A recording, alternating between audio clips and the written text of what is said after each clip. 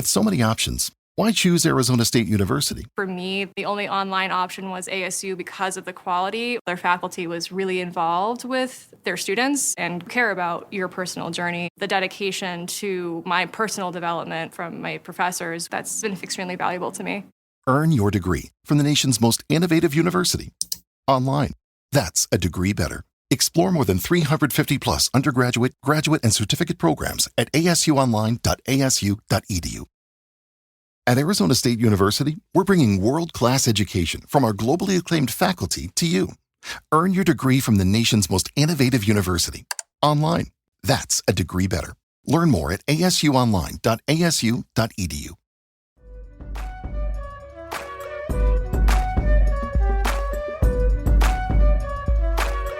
Wednesday, July 23rd, 2025. You are listening to the Daly Dose Sports Podcast, and I am your host, Clint Daly, coming to you from the Mile High City here in Denver, Colorado, and we are back for another week of talking sports with a dose of common sense. Hey, happy Wednesday to you. Hope you had a good weekend now, but you are halfway to another weekend. I hope your week is going well. I hope you, your family, your friends, everyone in your world is staying strong and healthy right now. And you know, I did something this past weekend that I do not normally do. No, I didn't watch baseball. I did, however, go see a movie in the theater, and I saw a sports movie at that. You know that I am usually very opposed to Hollywood touching the world of sports, because Hollywood just doesn't understand sports. They never have, and I don't think they ever will. I mean, think about it. Hollywood tried to tell us that 5'8" Sylvester Stallone was a heavyweight boxer. He couldn't be a middleweight champion. They had to make him a heavyweight. Hollywood tries to tell us that players have like full conversations with each other in the middle of like the biggest championship game ever. Yeah, that doesn't happen.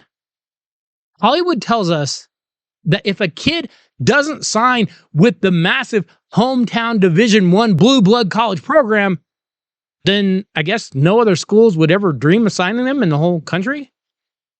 And never, ever forget that Hollywood told us that a dog, like a golden retriever named Bud, earned a starting job on a high school basketball team, and not one parent complained that a dog was taking their son's minutes.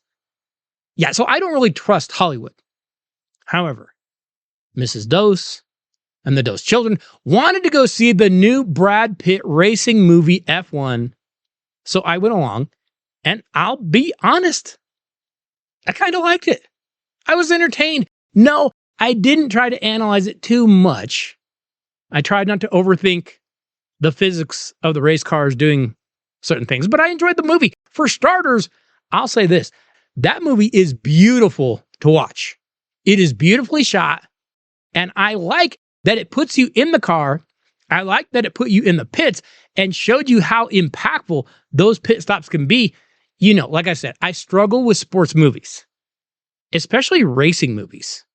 Like you think of Days of Thunder or Driven, they are absolutely awful, but I have to admit I enjoyed it. Hey, as we are waiting for football season to get going, I will tell you this, F1 will entertain you for a few hours, and it'll entertain you in an air-conditioned theater. If you are jonesing for something to watch right now, I would recommend go check out F1. You'll be entertained. Hey, today on The Dose, the college football and NFL seasons are coming quickly.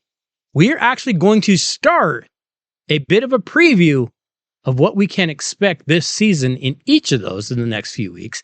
Going to jump into the NFL today and take a look at a few players that are going to be pivotal to their team's success if they can step up their game. We also are going to be examining the case of the sophomore slump for NFL quarterbacks.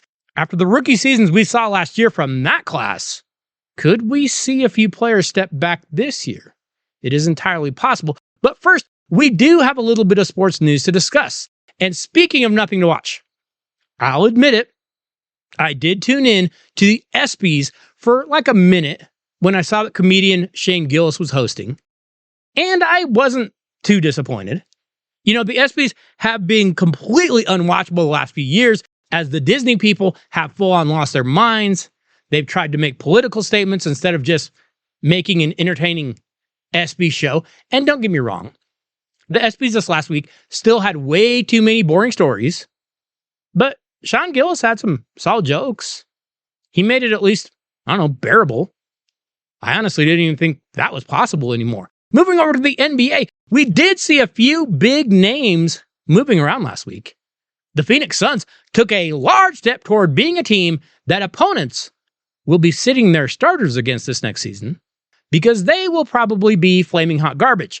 After trading away Kevin Durant, the Suns have now bought out the contract of resident chucker Bradley Beal, and he has departed and will sign with the Los Angeles Clippers, leaving the Suns with like Devin Booker and Dylan Brooks. Yeah, good luck. Meanwhile, the Clippers get a guy in Beal who they think will be a natural fit alongside Kawhi Leonard and James Harden. I mean, I don't buy it. Beal seems to make every team he plays on worse, but you do you, Clippers. They also went out and signed Chris Paul, who they say will be a great leader for that team, will ramp up that defense, will give them a solid, true point guard. I mean, who am I to argue with the Los Angeles Clippers? They obviously know what they're doing. Who am I to argue with all of their sustained success? Not to be outdone, the Portland Trail Blazers announced that they would be giving their former star Damian Lillard a 3-year contract worth $42 million to come back to Portland. Of course, we remember Lillard is on the shelf for at least a calendar year after he blew his Achilles in the first round of the NBA playoffs this past season. The Blazers gave Lillard this massive deal just hoping that he'll be able to play someday. I mean, he's 35. But honestly, what else do they have to do in Portland? They don't have anything else. I mean, what are they going to do? Sit around waiting hour after hour for another cup of overpriced coffee? Damian Lillard is basically all they have to hook their wagon to. They're going to jump on that and go with it. Moving over to the NFL, we did see a couple of interesting moves in the NFL recently as the Pittsburgh Steelers finally ponied up some big money for defensive monster TJ Watt. Now, Watt, who turns 31 in October, agreed to a 3-year, $123 million extension with the Steelers last week. That ended a contentious contract negotiation. The deal comes with $108 million fully guaranteed at signing. And that $41 million average per year, yeah, that tops the $40.25 average salary given to Cincinnati Bengals star wide receiver Jamar Chase and the $40 million that the Cleveland Browns gave to Myles Garrett. So Watt will be the highest paid non-quarterback in NFL history. And now we get to see how this Pittsburgh roster will look. Because remember, the Steelers did sign quarterback Aaron Rodgers, wide receiver DK Metcalf, cornerback Jalen Ramsey. Hey, those are some big name guys. It is obvious the Steelers are all in on trying to win and try to win right now. It's just weird because this franchise usually builds from within, like through the draft, not in free agency. This is going to be interesting to watch. One other note in the NFL, the Washington Commanders have managed to get a little bit, well, older. It was announced over the weekend that the Commanders have signed 36-year-old Von Miller to a 1-year deal worth $6 million. No, it's not a lot of money. It's like a base contract for Von. But Von is no longer the player he used to be. In his career, Miller now has 129.5 sacks, but he only had 6 last year with the Buffalo Bills. And the Commanders, while they were ranked 11th in the NFL with 43 sacks last season, that's not bad. They actually recorded just 5 in the fourth quarter. Only 2 teams were worse in the fourth quarter. So Washington is hoping that Von can make a few of his patented late game plays when the game is in the balance and up that fourth quarter sack total. But it's kind of weird because you think of the Washington Commanders and you think of their young quarterback, Jaden Daniels, right? But the Commanders are now the oldest team in the league. And I mean oldest by a lot, by over a full year. Do you realize Washington's roster now has an average age of 27.52? Yes, they have a good young quarterback. But that Washington team, I mean, they're on the verge of getting their collective AARP card. I just hope they stay healthy because they got a lot of old guys on that roster. Finally, the WNBA had their annual All-Star Game festivities over this past weekend, and one team of players you've never heard of beat another team of players that you wouldn't recognize their names if I read them in that game. Yes, in an arena packed by tens. I think they had a 3-point contest. I don't know. Angel Reese won the layup drill, something. I have no idea. But here's the funniest part, okay? And I know you're used to it when I'm going to talk about the NBA that sometimes I don't get around to it, but I'm going to actually talk about it today. Because get this. This was actually hilarious. The WNBA players are currently in a bitter feud with collective bargaining agreement negotiations with the owners of the league. And this collective bargaining agreement has to be settled by October, or there could actually be a work stoppage. Are you kidding me? No, I'm not kidding. It actually could happen. So the players came out for all-star warm-ups wearing t-shirts that said, and I quote, "Pay us what you owe us," in a stand of unity against the owners. That's what the shirt said. Pay us what you owe us. Not pay us what we think we deserve, or pay us some money that we have never earned, or give us some free money, or we'll miss layups for food, but pay us what you owe us. Are you serious? In the history of the WNBA, the league has never turned a profit. They are subsidized by the NBA as kind of a charity for, I don't know, differently abled people. Oh, I'm not handicapped. I'm sorry. Differently advantaged. But if you say, pay us what you owe us, and you have never generated an actual profit, then you are literally saying, don't pay us anything. We actually owe you some money. And by the way, I'm pretty confident that the players spent most of their paychecks on these dumb t-shirts. Honestly, there is no league that is as tone deaf as the WNBA currently is. And I say that with a rich history of saying that the NBA and Major League Baseball are completely tone deaf. The WNBA is taking this to a new level of stupid, and I can't even believe it still exists. It is Ryan here, and I have a question for you. What do you do when you win?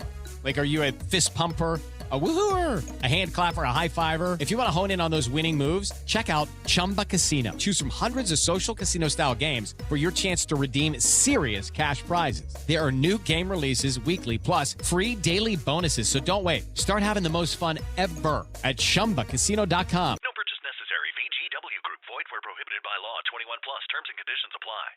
So like I said, I know the NFL and college football are still a few weeks away, but they're coming fast. NFL camps are officially opening this week. Well, today, I wanted to take a look at 5 specific NFL players, and they're players that are young and talented. And whether they realize it or not, they are going to have a lot on their plate this season. Because these 5 players, they have got to step up their game. And I realize that sounds cliche, but their teams are going to be counting on them. They need to have not just average seasons, they need to have big seasons, or there are going to be some massive red flags that will be raised. Here are 5 NFL players that really need to get it done this season. And I hate to just go all quarterbacks, although I definitely could. I won't. But I'll start here with one, and it's a big one. Because Chicago Bears quarterback Caleb Williams, he's got to get it together. Of course, we know Williams was the overall number 1 pick out of USC last season. And he certainly looks like he has all the tools. Sure, he's a little bit like the Karl Anthony Towns of the NFL, but this kid has got to step up. Williams completed 62% of his passes last season. He threw 20 touchdowns to just 6 interceptions. He had over 3,500 yards passing. Well, that sounds pretty good. Why does he need to be better? I'll tell you why. Because he was also sacked 68 times. And those negative plays just kill you. Now, a lot of that is on his offensive line. But a lot of it was also on him. Because in college, Williams could just run around. He could eventually get someone open and make a play. That nonsense isn't going to work in the NFL.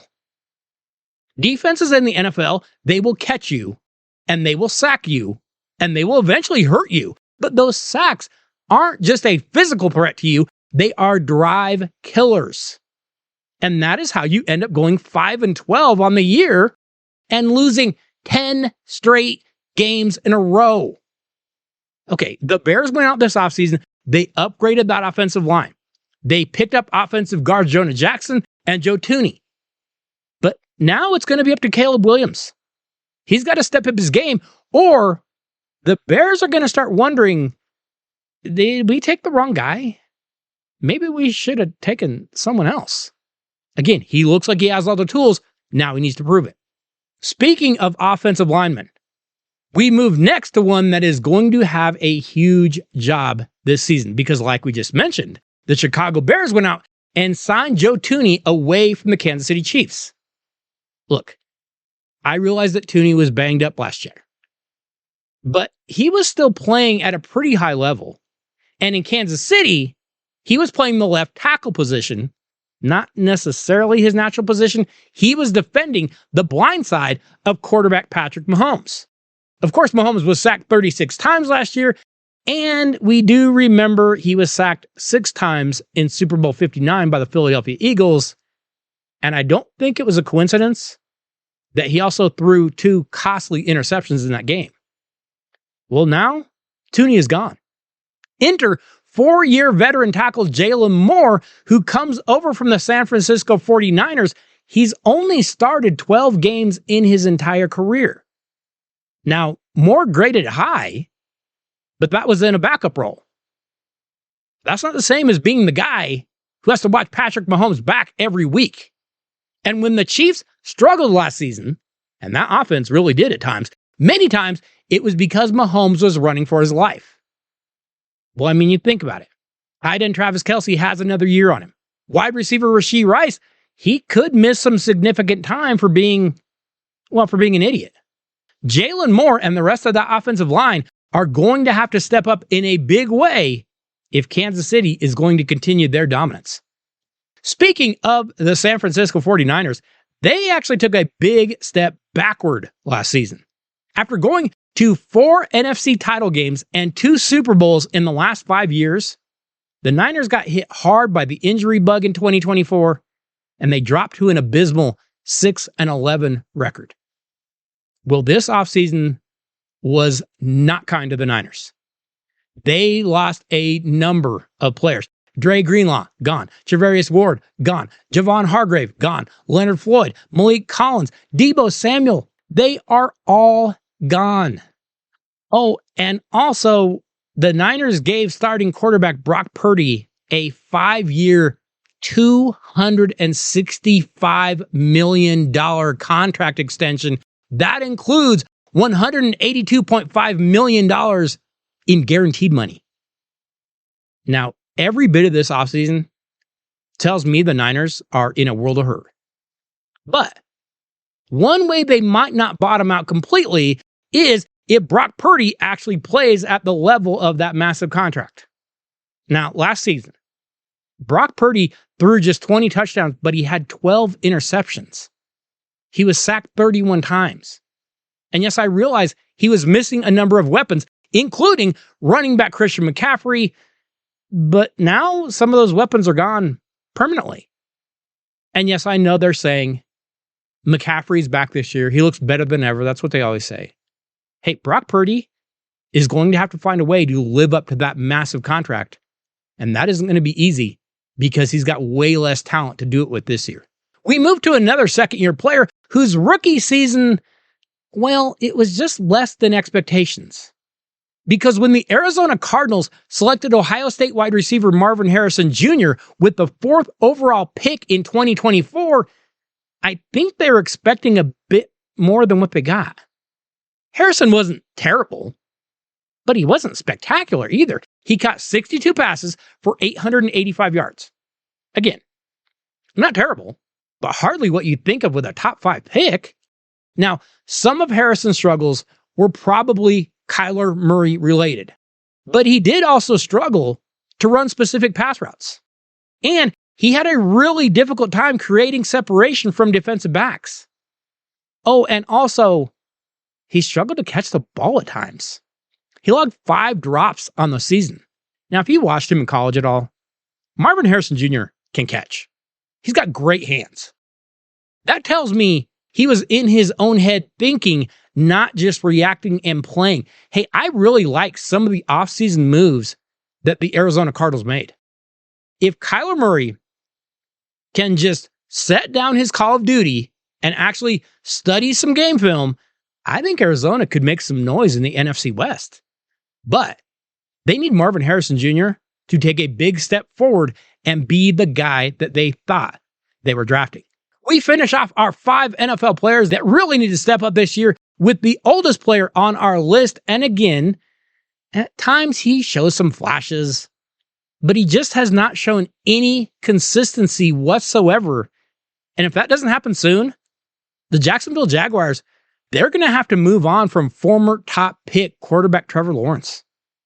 Get this, in 4 seasons with the Jags, and I realize they do not have a ton of talent that they've surrounded him with, but in those 4 seasons, Trevor Lawrence has gone just 22-38 as a starter. And in those 4 seasons, while he has thrown 69 touchdowns, he has also committed 82 turnovers. No, that is not a mistake. Trevor has thrown 46 interceptions and fumbled 36 times.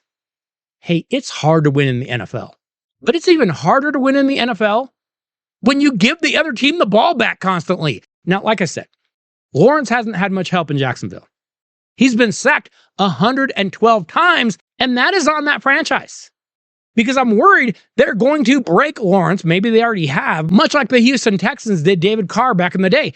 Trevor Lawrence is seeing ghosts. He's trying to do too much, and he's worried about getting hit. He's forcing passes. He's turning it over. Hey, the Jags moved up in the draft this year.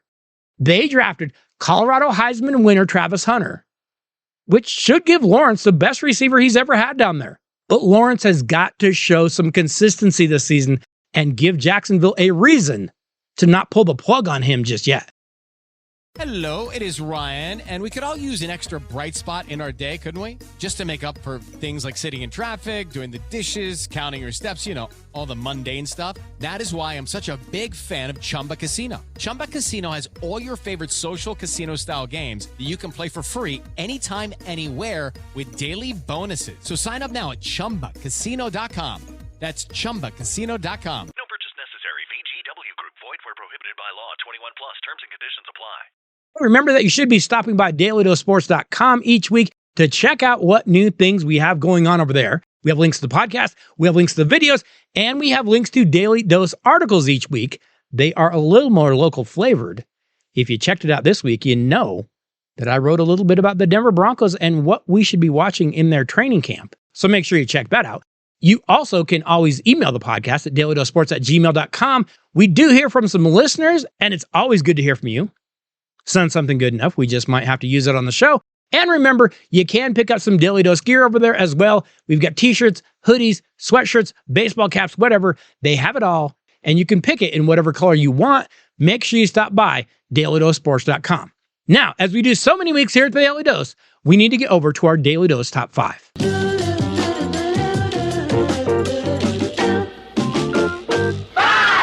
Hey, the 2024 NFL draft class has a chance to go down in history as maybe the greatest quarterback draft class ever.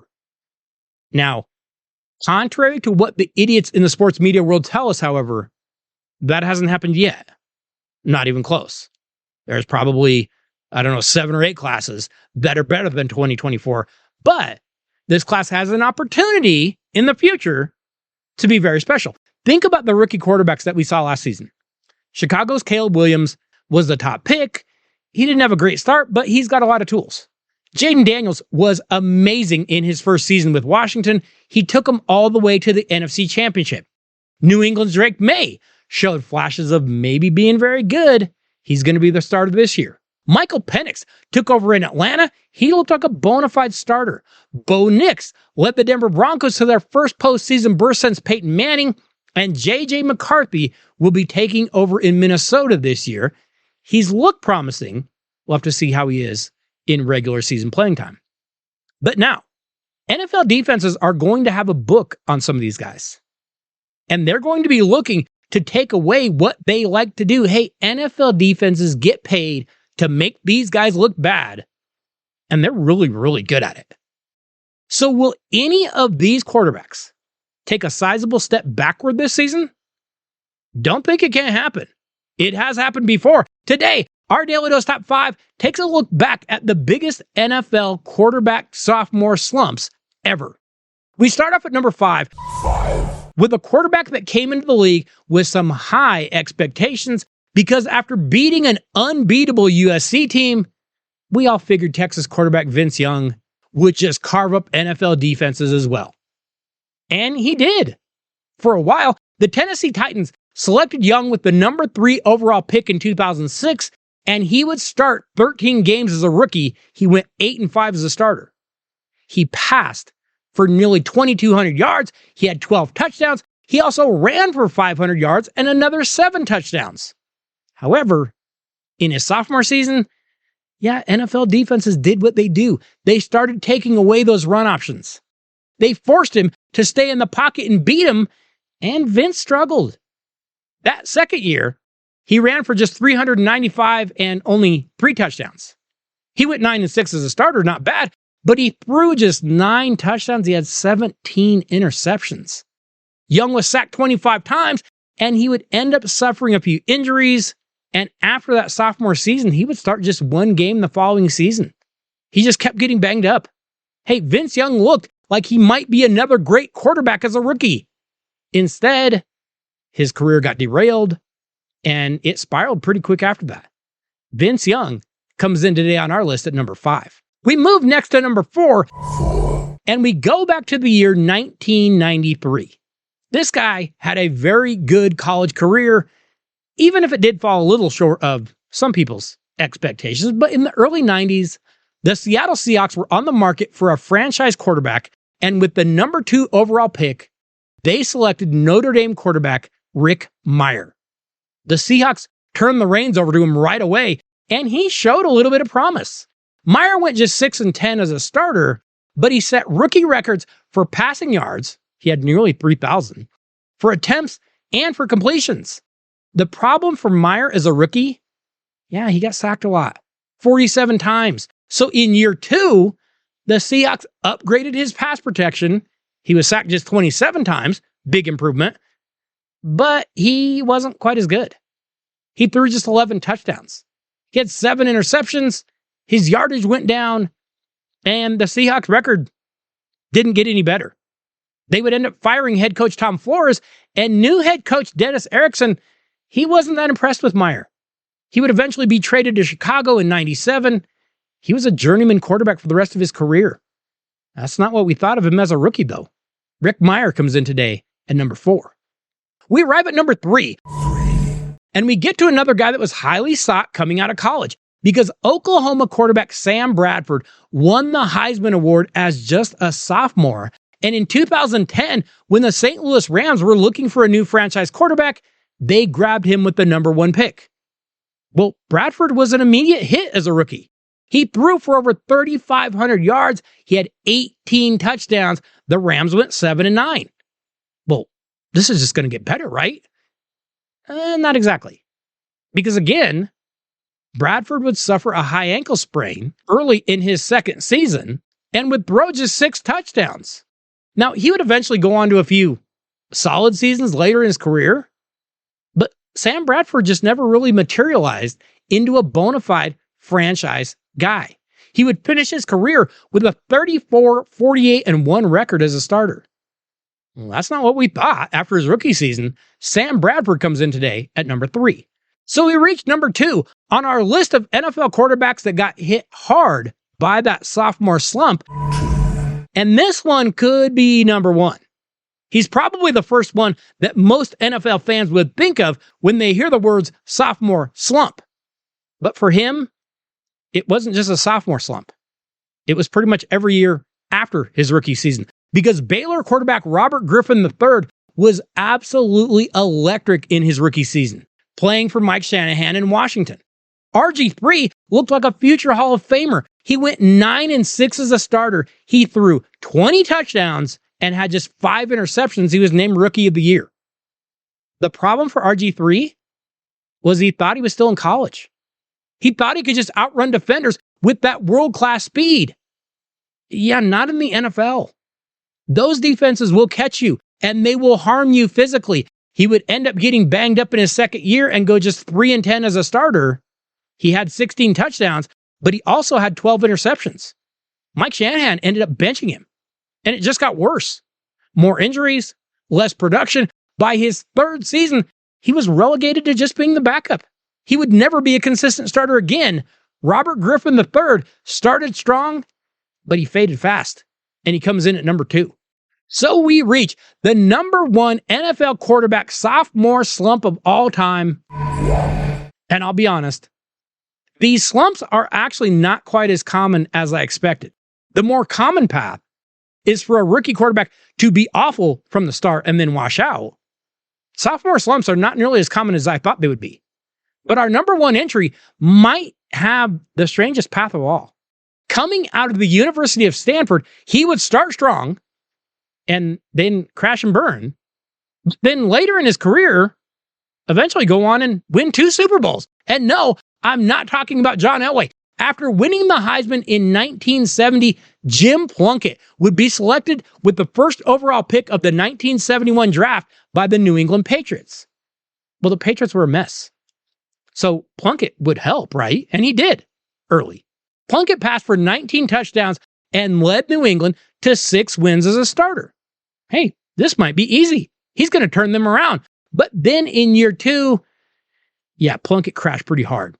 The Patriots won just 3 games, and Plunkett was absolutely awful. He threw just 8 touchdowns, but threw 25 interceptions. He would eventually suffer some serious injuries. He would bounce around the league before landing in Oakland with the Raiders. And as a veteran in his 30s, he actually won the Raiders 2 Super Bowl wins in Super Bowl 15 over the Eagles and 18 over Washington. But honestly, Plunkett might have had the worst sophomore slump ever. Those numbers are horrible. Now, we will keep an eye on this impressive 2024 rookie quarterback class from last year and see if any of them might take a slight step backward, or if they can maintain and keep finding ways to improve.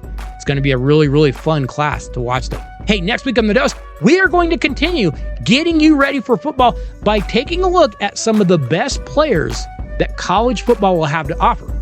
Plus, we'll keep you up on all things sports, and we just might have to have another football-flavored Daily Dose Top 5 for you. So make sure you check out The Dose, and make sure you let a friend know to do the same. Hey, I want to say thank you to each and every one of you for listening to the Daily Dose every week. Thank you for the emails. Thank you for the texts. Thank you for the tweets. But more than anything, thank you for sharing the show, for sharing the videos, for sharing the articles with someone that you know. We absolutely love it when you do that. I have to say thank you to JSP. Could not do any of this without you. I will see you all next Wednesday. Have a great week, everybody.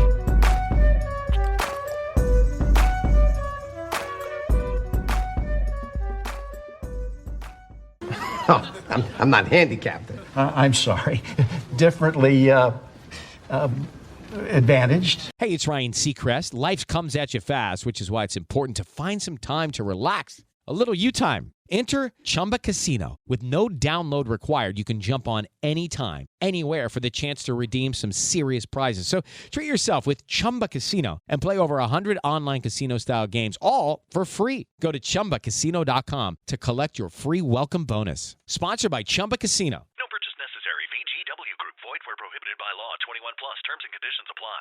At Arizona State University, we've made online education better, smarter, and more personalized so you can go further in your aspiring field. I decided to pursue medicine once I realized that ASU did have the online program for biological sciences. You're still required to learn the same curriculum. You're still being tested on the same content that anyone would be tested on in person. The comprehensiveness of the program prepared me so well for medical school. Explore over 350 plus programs at asuonline.asu.edu.